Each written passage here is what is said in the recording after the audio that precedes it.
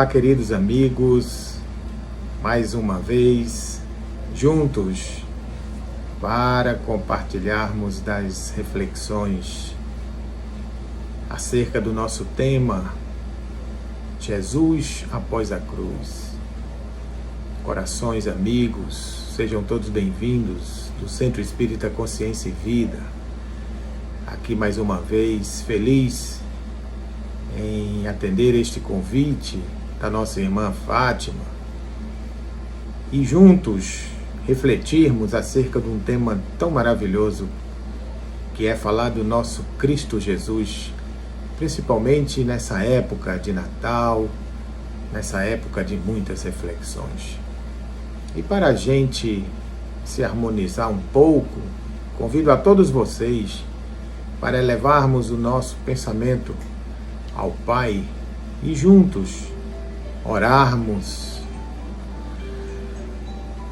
buscarmos a sintonia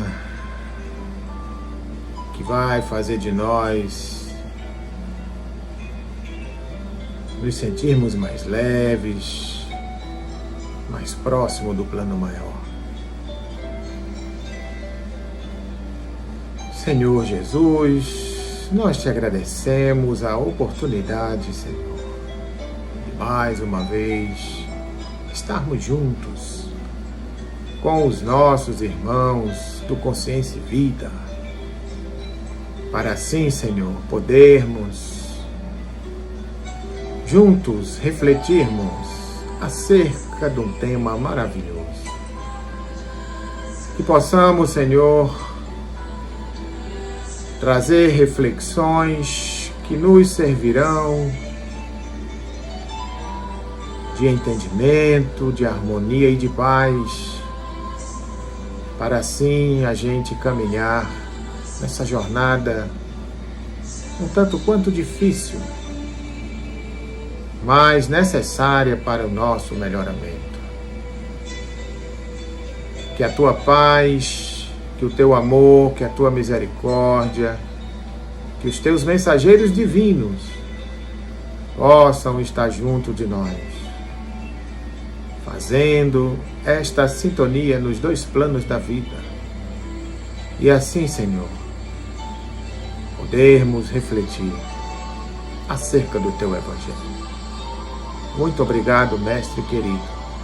E te pedimos a permissão de iniciarmos a nossa atividade. Que assim seja.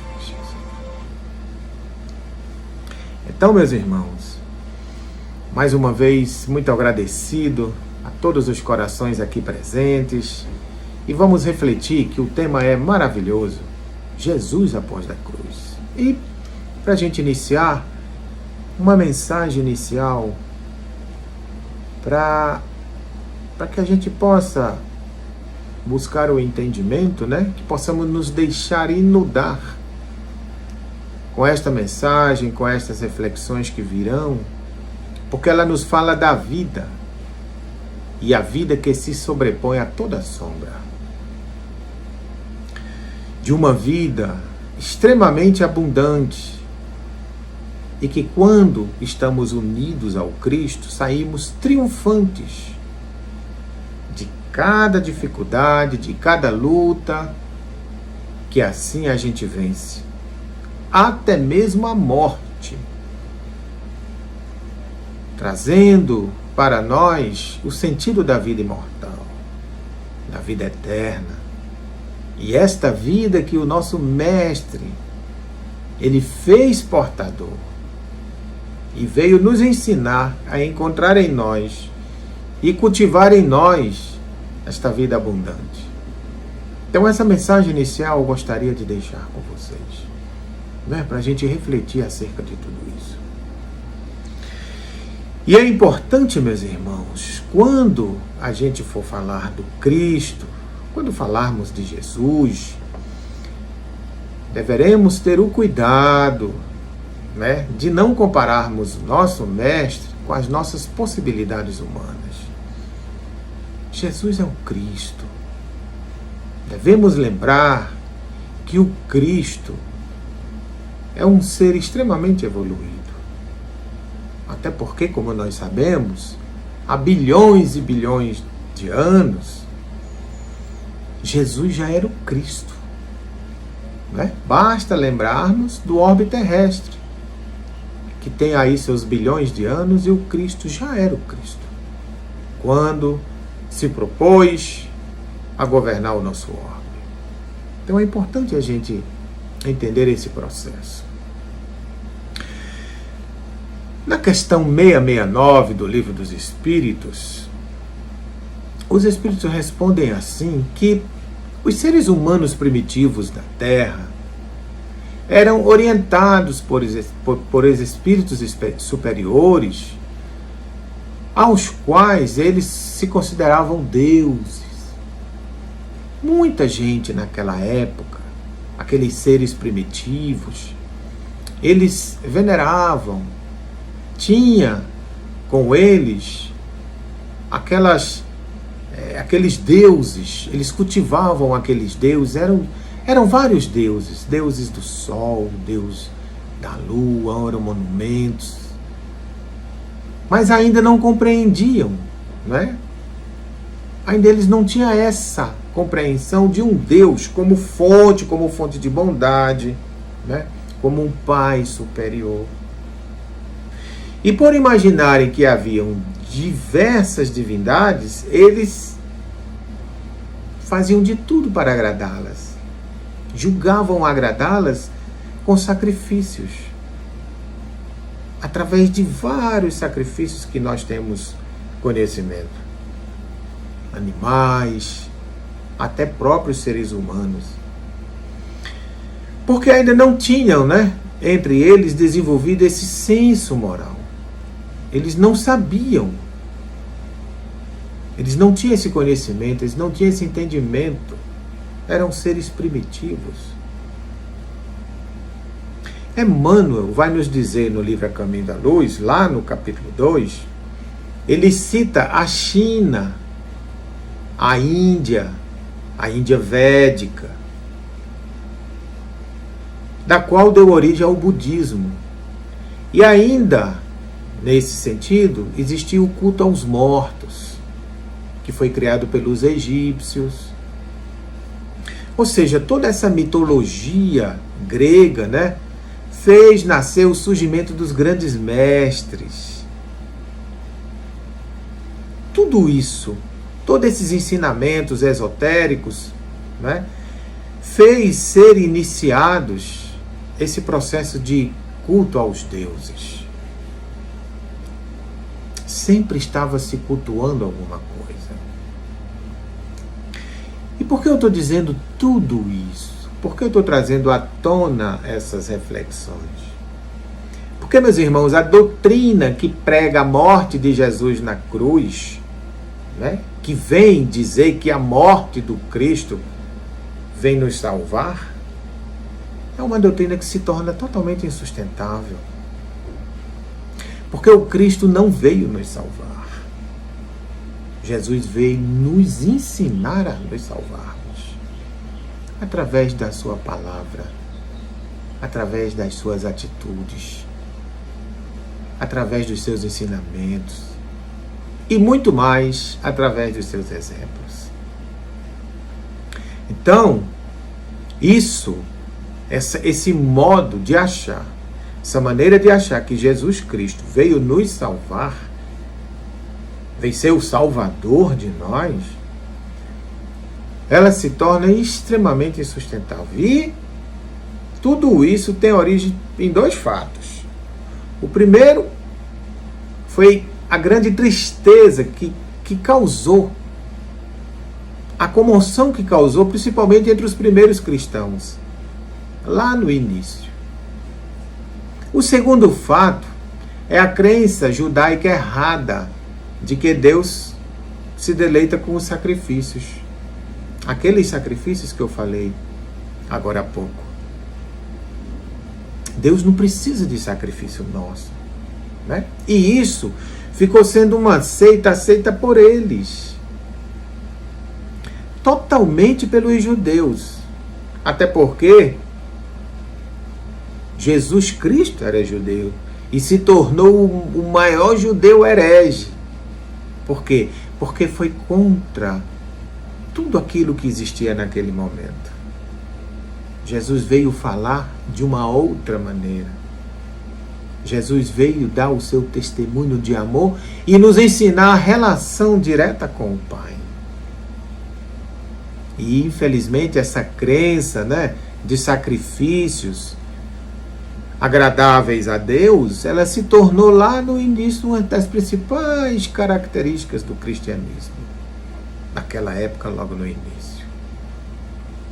Mas, em Mateus, no capítulo 9, o Cristo mesmo diz: é a misericórdia que eu quero, e não holocaustos. Então veja a percepção de Jesus acerca de tudo isso, essas questões de sacrifícios.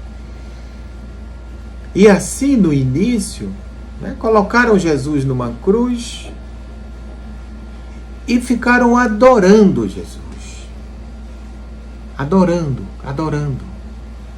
O Cristo não veio para ser adorado. O Cristo não veio para ser servido. Ele veio para servir. E isso permeou séculos e séculos e séculos. A gente com esse entendimento, vendo Jesus na cruz. E a nossa reflexão hoje é trazermos Jesus após a cruz. Então, toda base religiosa, ela se assenta no trabalho do Cristo. Toda. E aí Emmanuel nos traz no livro A Caminho da Luz, lá no capítulo 12, ele nos traz uma informação interessante, quando ele diz assim: em todos os grandes períodos da evolução religiosa, antes do Cristo, vemos as demonstrações incompletas da espiritualidade. Não há padrões absolutos da perfeição moral, indicando aos homens o caminho regenerador e santificante. Aparecem linhas divisórias entre raças e castas, com vários tipos de louvor e humilhação, tanto para rico quanto para os pobres, senhores e escravos, vencedores e vencidos. Mas com Jesus, no entanto, surge um mundo vitorioso, um coroamento de fé. No cristianismo, recebemos as gloriosas sementes de fraternidade que dominarão os séculos. E o divino fundador da Boa Nova entra em contato com a multidão, e o santuário do amor universal se abre, iluminando a sublime, mas a santificação da humanidade inteira.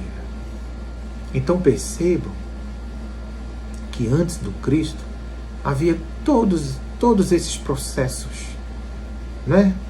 de culto aos deuses. E a gente vai ver no livro Há 2000 anos, como se acreditava em deuses. Se reverenciava muitos deuses, através de sacrifícios, e uma infinidade de coisas que acontecia naquele momento. E quando Jesus veio trazer uma mensagem diferente, uma mensagem rediviva. O próprio Emmanuel, lá no livro Há 2000 anos, no capítulo 8, já no finalzinho, ele vai nos dizer assim: enquanto transcorria toda a movimentação do Calvário, ou seja, tudo o que estava acontecendo quando Jesus estava em direção ao Calvário, gritaria, agitação, aquela movimentação da multidão toda acerca, de todo aquele evento que estava acontecendo ali, que queria, claro, a crucificação. Lá no palácio de Pilatos, estava junto Pilatos, Públio Lentulus, entre outros e outros e outros que se chamavam de patrícios ali romanos na época. Então, dentre aquela movimentação toda da multidão, do outro lado, no palácio, tinha festa, banquete.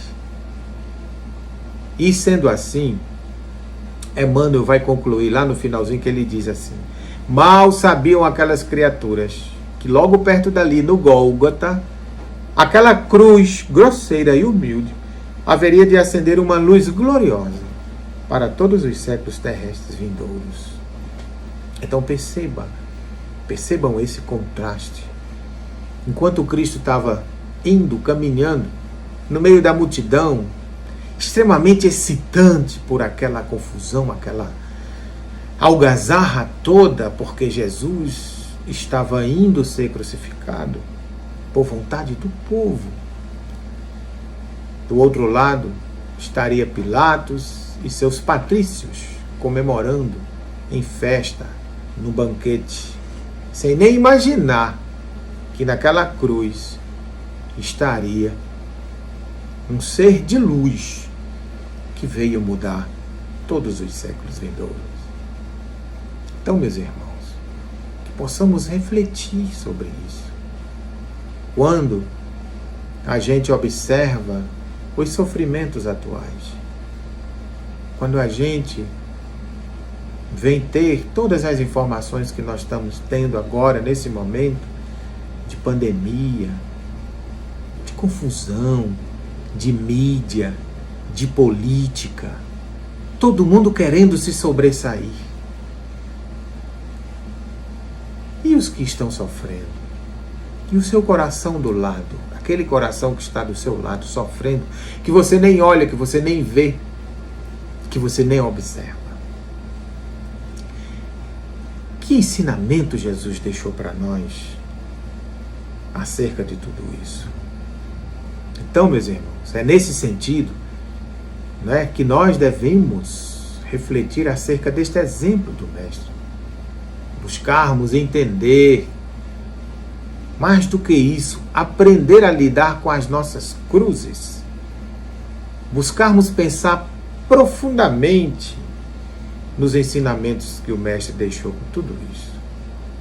Colocarmos o nosso mais puro sentimento, colocarmos o nosso coração de maneira a converter essas nossas cruzes, como Ele mesmo converteu, né, como um instrumento de redenção.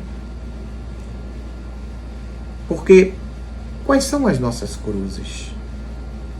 As nossas dores, as nossas inquietudes, os nossos sofrimentos, as nossas vicissitudes, como diz Kardec.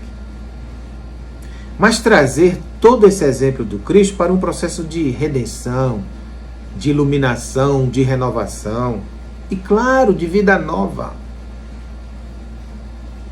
É importante entendermos tudo isso para suavizarmos a nossa vida. É importante olharmos o Cristo não na cruz. Ainda muita gente insiste em olhar Jesus na cruz. Mas Jesus é muito mais. Jesus é esta ponte. Trouxe esse exemplo para nós observarmos que o Cristo é a ponte que nos coloca para acesso ao Criador. E ele disse isso. Você que está cansado, está aflito, está sobrecarregado, vem a mim. Vem a mim. Jesus chamou a responsabilidade para ele. Ninguém vai ao Pai senão por mim.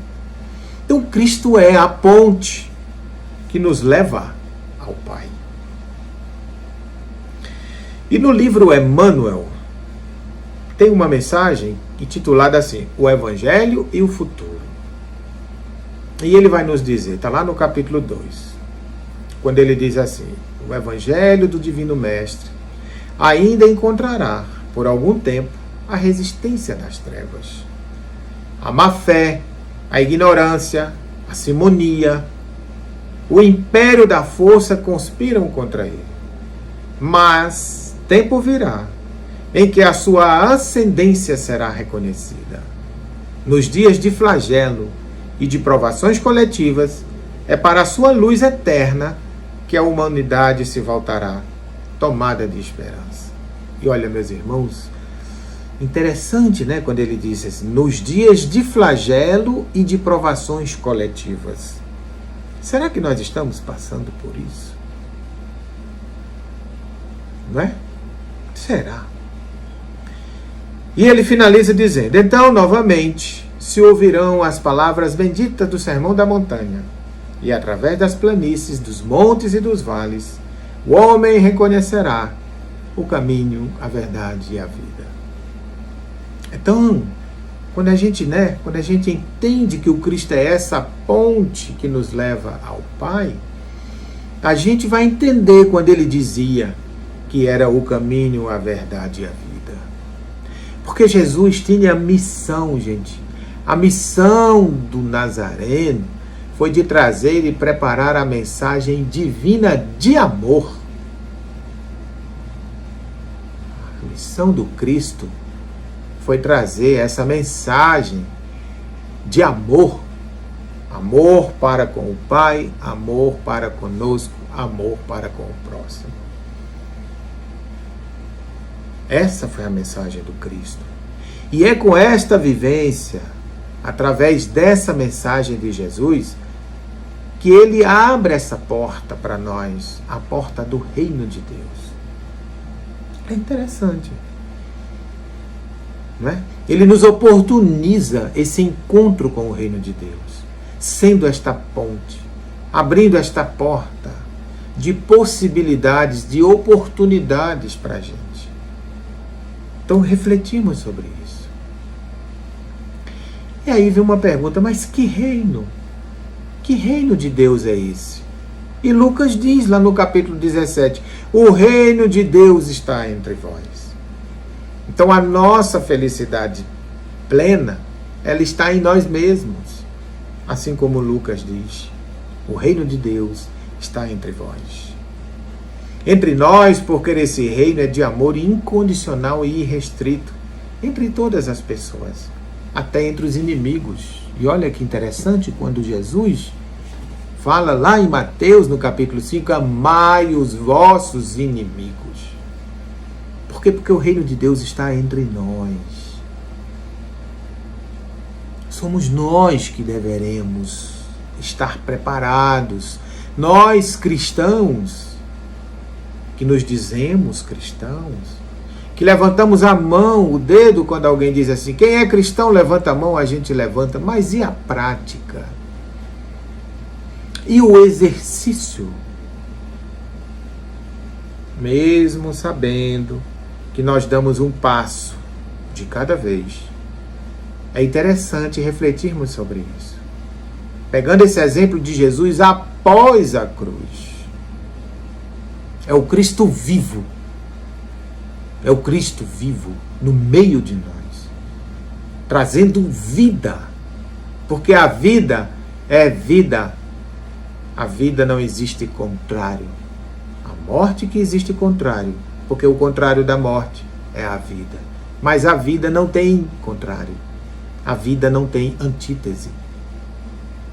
Vida é vida. Somos espíritos imortais. Mas precisamos estar preparados para sabermos lidar com as nossas dores e com as nossas cruzes. E é esta mensagem que a gente veio trazer, essa mensagem de reflexão, para que a gente saiba lidar com as nossas cruzes, que são as nossas dores, os nossos sofrimentos. E é somente entre as pessoas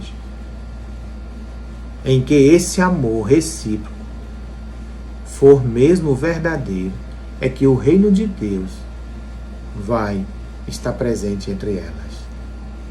Pois, de fato, somente o reino de Deus nos traz realmente a verdadeira felicidade. Esse reino de Deus está entre nós, meus irmãos, com a nossa vontade de nos melhorarmos, com a capacidade de entendermos o Evangelho. Porque nós podemos, sim, ser esse agente transformador, ser tomado dessa luz que o Cristo nos orienta, nos ensina. Não coloque a candeia embaixo do alqueire. Jesus veio nos dizer isso. Então, se ele diz que brilha a nossa luz, por que nós vamos colocar ela debaixo do alqueire? E a nossa luz O nosso espírito tem que estar acima, brilhando, pegando o exemplo do Cristo e trazendo esse exemplo para você e para o próximo. Porque o que realmente nos salva? O que é que realmente nos salva? E aí a doutrina espírita, esse consolador prometido, vem nos trazer a reencarnação. Para nos ensinar que é realmente através da reencarnação que nos dá a condição desse processo evolutivo, de evoluirmos,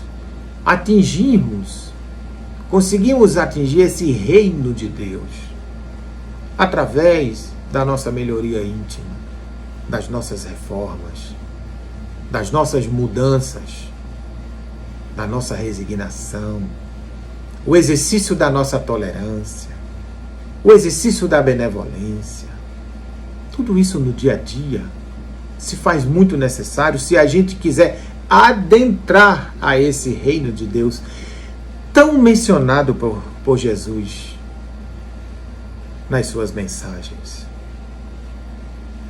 Então, meus irmãos, o próprio Cristo nos ensina que o grão de trigo que não estiver disposto a morrer, jamais ele vai ser pão. Então, se nós não estivermos dispostos a nos livrar de todas essas mazelas, de todo esse orgulho, de todo esse egoísmo, se a gente não estiver disposto a nos livrar disso, não atingiremos esse reino de Deus. Vamos atingir um dia? Vamos. Mas, para aqueles que já entendem, já conseguem entender e já conseguem se livrar desse orgulho, esse reino de Deus está bem próximo. Porque todo o processo de nossa renovação e de nossa sublimação não se dará sem cruzes. É isso que a gente tem que buscar entender. Todos os nossos sofrimentos, todas as nossas dores, elas são extremamente necessárias. Nós não evoluímos sem as nossas dificuldades. São experiências do dia a dia, meus irmãos.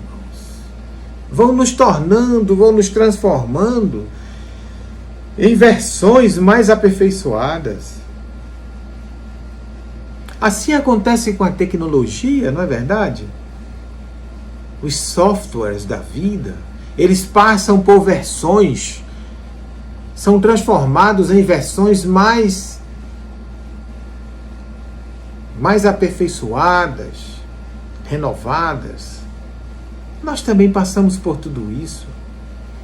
E é de encarnação em encarnação, são as nossas atividades diárias, os esforços diários que vão fazendo a gente se transformando, se renovando. E não vamos nos enganar, não nos enganemos, são as nossas cruzes, mas são necessárias. E o Cristo ainda nos diz, está lá em Marcos, no capítulo 8, quando ele diz assim, se alguém deseja seguir-me, negue-se a si mesmo e tome a sua cruz e venha após mim. Já estamos dispostos a negar a nós mesmos, tomar a nossa cruz? Mas é um chamamento do Cristo. Como ele falou lá para o jovem rico, vende tudo e me segue. Então, meus irmãos, não há efeito sem causa. Não há efeito sem causa. E os sofrimentos pelos quais nós passamos, todos eles constituem a nossa cruz. Ou as nossas cruzes que devemos, e vamos carregar pela nossa existência ou pelas nossas existências. Não nos enganemos. Não há esforço.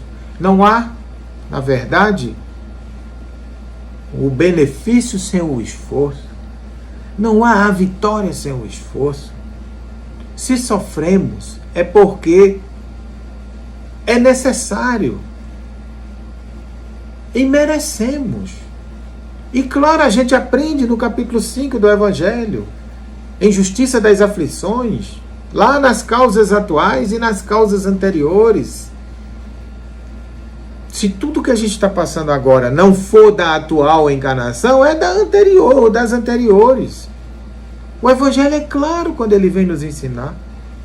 Nunca nos esqueçamos, gente, que todas as nossas dores e inquietudes desta nossa encarnação presente, ela é consequência ou desta ou das anteriores. Não vamos nos esquecer nunca disso. E tem duas situações aqui, duas condições que eu trago aqui que são causas de nosso sofrimento. Primeiro, a ignorância. A ignorância, ela nos conduz ao vício, ela nos conduz ao crime, ela nos conduz a gente colocar em prática o nosso egoísmo, ou darmos vazão ao nosso orgulho, a ignorância. Conhecereis a verdade, e a verdade vos libertará.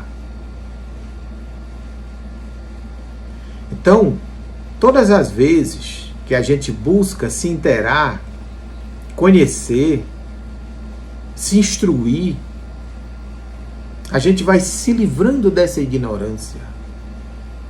Por outro lado, a responsabilidade aumenta.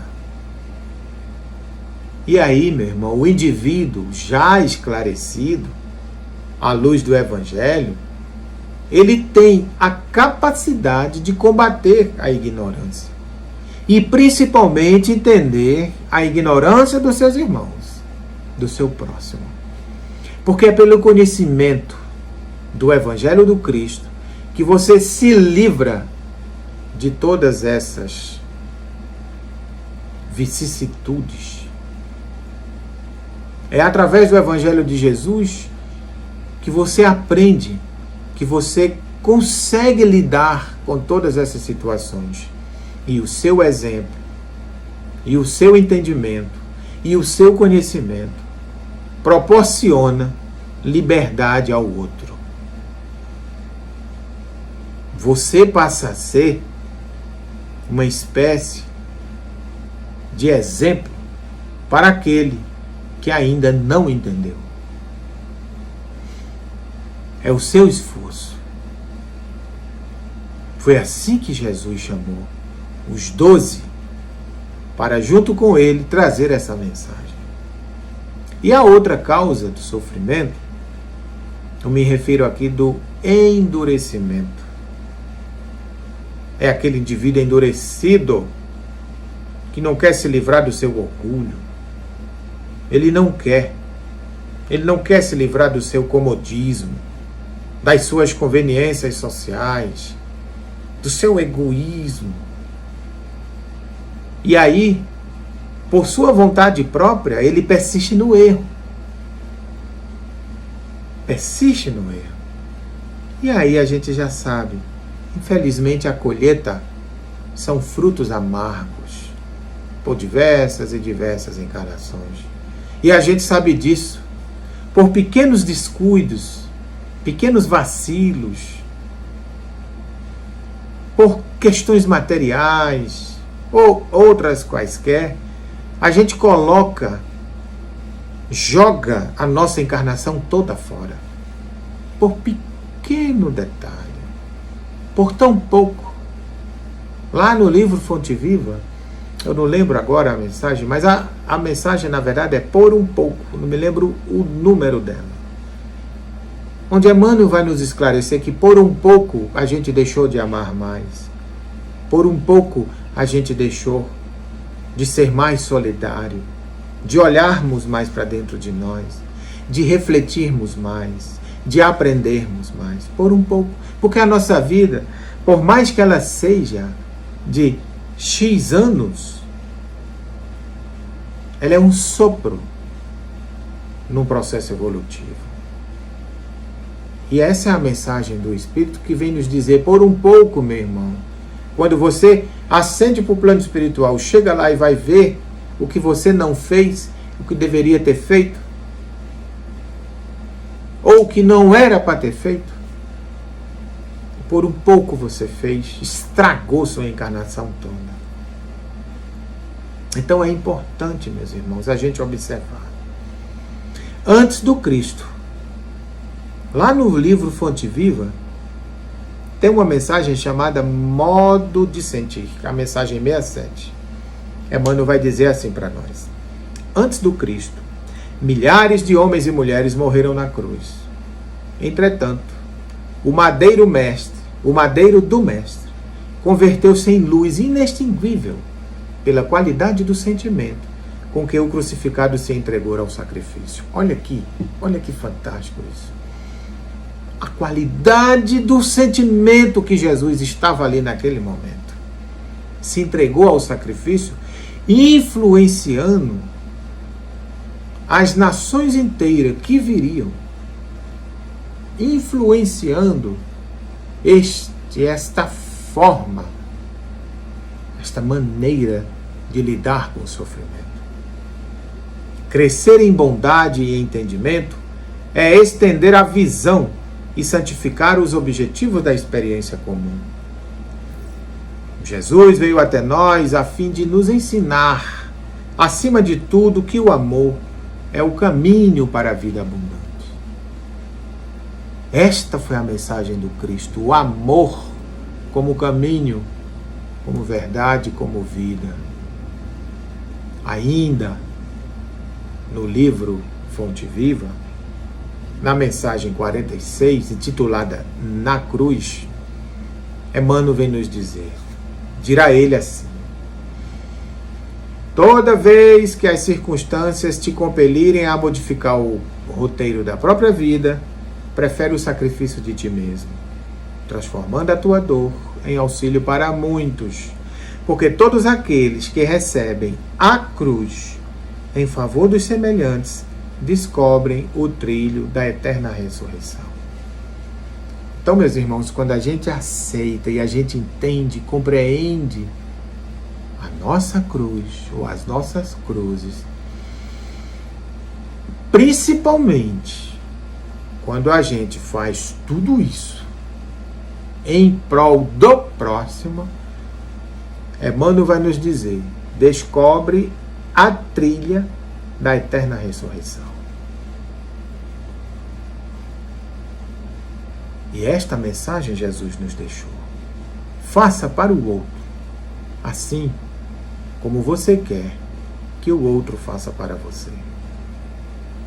Quando você se livra das suas inquietudes, ou quando você, apesar das suas dores, dos seus problemas, das suas inquietudes, você esquece elas e se dedica ao próximo, você está no caminho que o Cristo te disse, te ensinou. Trouxe como mensagem para nós. Todas as vezes, quando a gente se dedica ao próximo, mesmo passando por dificuldades, a gente está começando a compreender a proposta de transformação, de consciência que Jesus nos trouxe lá nas bem-aventuranças. Lá, as bem-aventuranças, segundo Emmanuel, é a plataforma do Cristo. É lá onde está o projeto de transformação de consciência. Então, meus irmãos, já nos encaminhando para o encerramento das nossas reflexões, eu trago uma mensagem que está lá no livro Boa Nova, no livro Estante da Vida, na mensagem de Humberto de Campos, quando ele traz a mensagem ao anjo solitário. E ele diz assim: enquanto o mestre agonizava na cruz, rasgou-se o céu em Jerusalém de entidades angélicas, ou seja, anjos e mais anjos, espíritos angélicos, desciam os céus para vir suavizar aquele momento do Cristo. Desceram sobre o Calvário doloroso fios de claridades indefinível. Passaram a ligar o madeiro ao firmamento. O Cristo, de alma sedenta e opressa, contemplava a celeste paisagem, aureolado pela glória que lhe bafejava a fronte, de herói, enquanto os emissários do paraíso chegavam em bandos e entoavam cânticos de amor. Imagina essa cena. Estavam os mensageiros do céu em torno do Cristo, quando um anjo, aureolado de luz, apareceu solitário, descendo da magnificente altura, não trazia seguidores, e em se abeirando do Senhor, beijou-lhe os pés. Entre o respeitoso e enternecido, não se deteve na contemplação da tarefa que naturalmente cabia aos companheiros. Os companheiros nem viram esta entidade celeste descer, de altíssimo nível. Procurou os olhos de Jesus dentro de uma ansiedade que não se observava em nenhum dos outros seres angelicais. Este anjo solitário, antes de tudo, desejava conhecer profundamente a vontade do Mestre.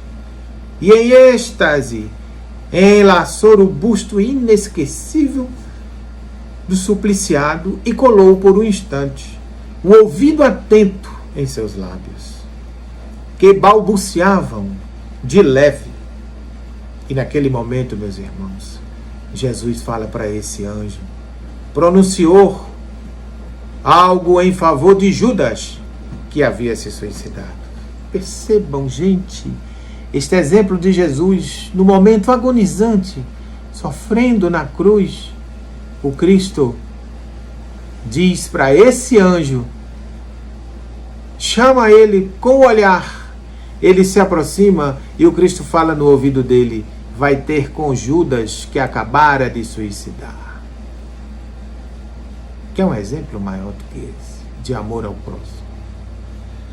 E o mensageiro solitário desprendeu-se então do lenho duro, revelando olhos serenos e úmidos, e de imediato desceu do monte ensolarado para as sombras que começavam a invadir Jerusalém, a procurar Judas, a fim de socorrê-lo e ampará-lo.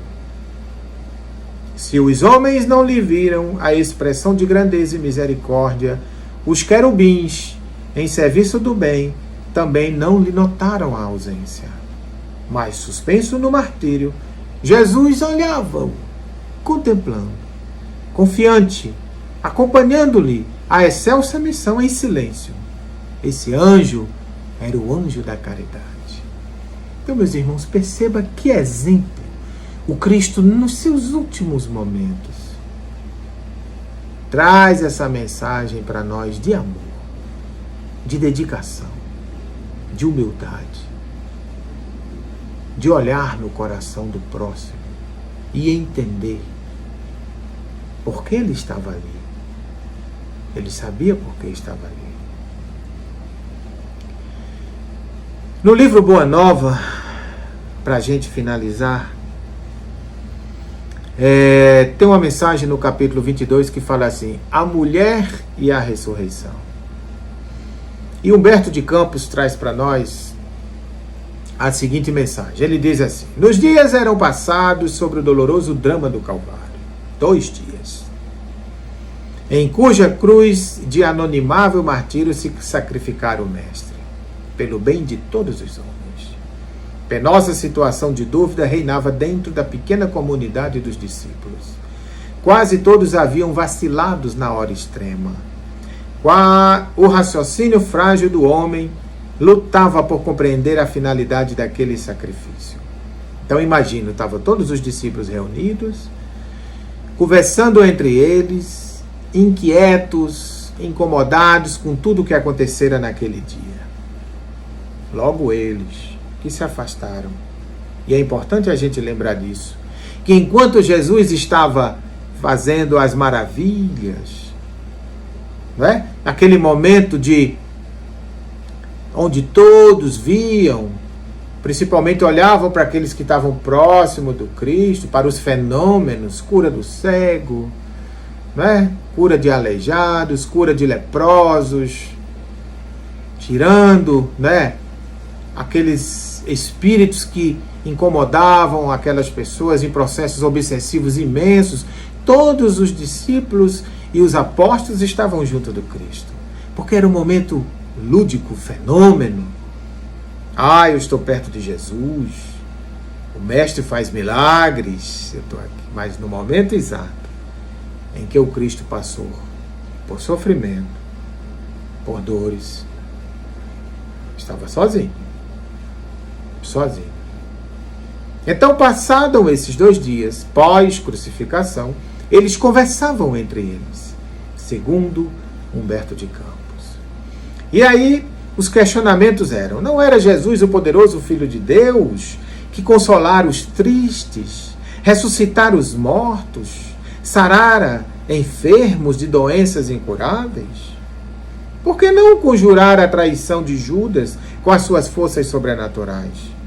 Outro perguntava: por que se humilhara assim, sangrando de dor nas ruas de Jerusalém, submetendo-se ao ridículo e à zombaria? Então, o emissário do Pai Celestial deveria ser sacrificado entre 2 ladrões? Esses eram os questionamentos, meus irmãos. Essas questões eram examinadas de boca em boca. A lembrança do Messias ficava relegada a este plano inferior. Olvidada da sua exemplificação e a grandeza dos seus ensinamentos. Esqueceram tudo. Todos os ensinamentos de Jesus, durante aqueles 3 anos que estiveram juntos, esqueceram.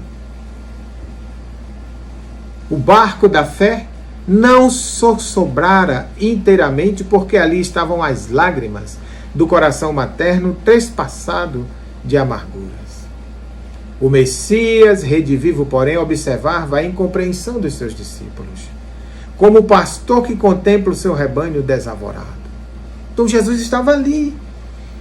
Jesus estava ali observando tudo, querendo mais do que nunca dizer para eles: meus irmãos, estou aqui.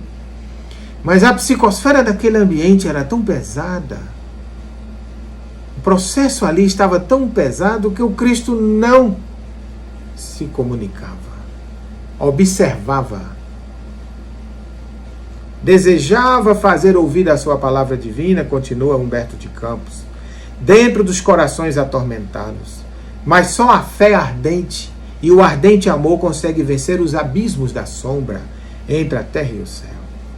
Todos os companheiros se deixavam abater pelas ideias negativas. Então Cristo estava ali observando tudo. E aí, continua Humberto de Campos, que ele diz: foi então, quando na manhã do 3º dia, a ex-pecadora de Magdala se acercou do sepulcro com perfumes e flores. Queria ainda uma vez aromatizar aquelas mãos inertes e frias, contemplar o Mestre adorado para cobri-lo com o seu pranto de amor, purificado e ardoroso.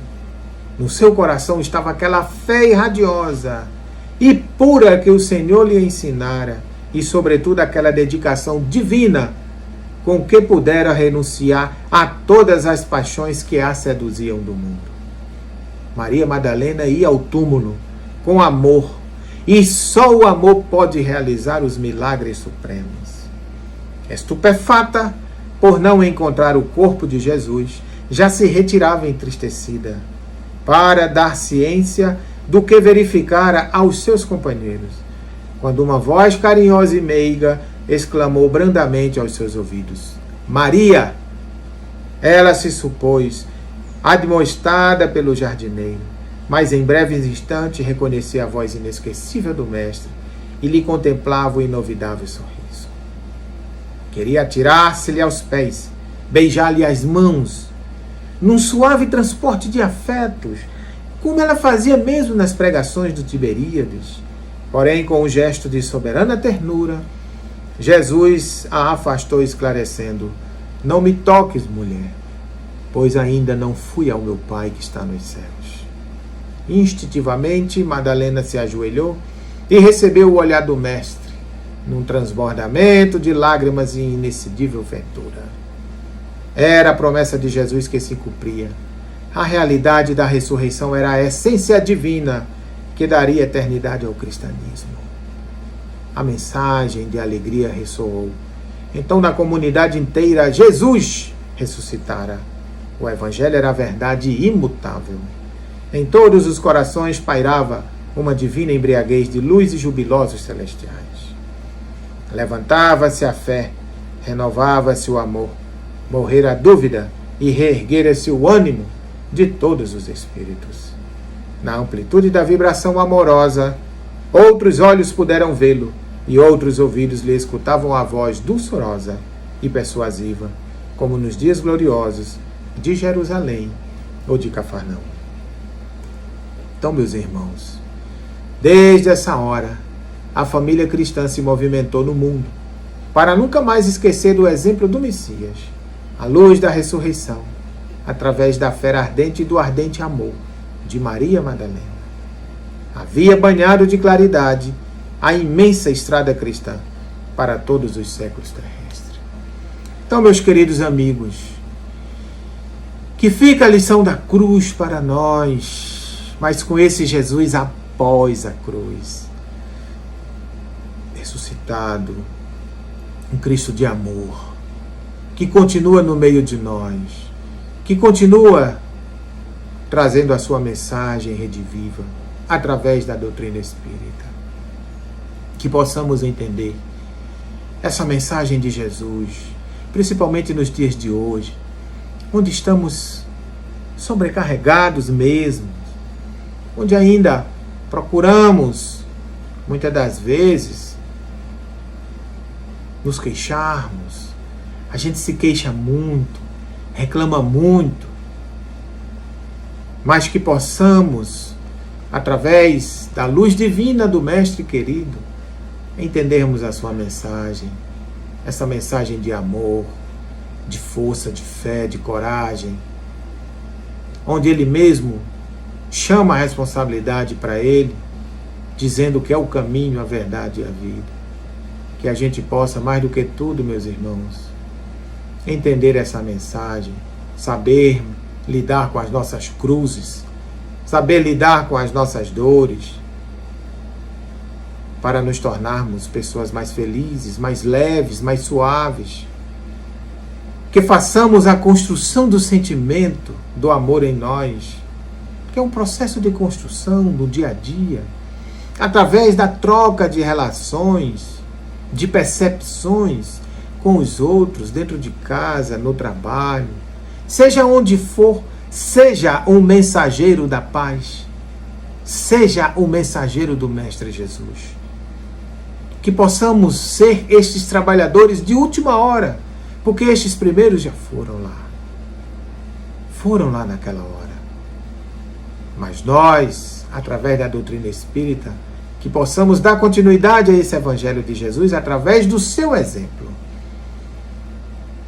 demonstrando que nós podemos nos melhorar cada vez mais, entendendo a sua proposta de transformação de consciências.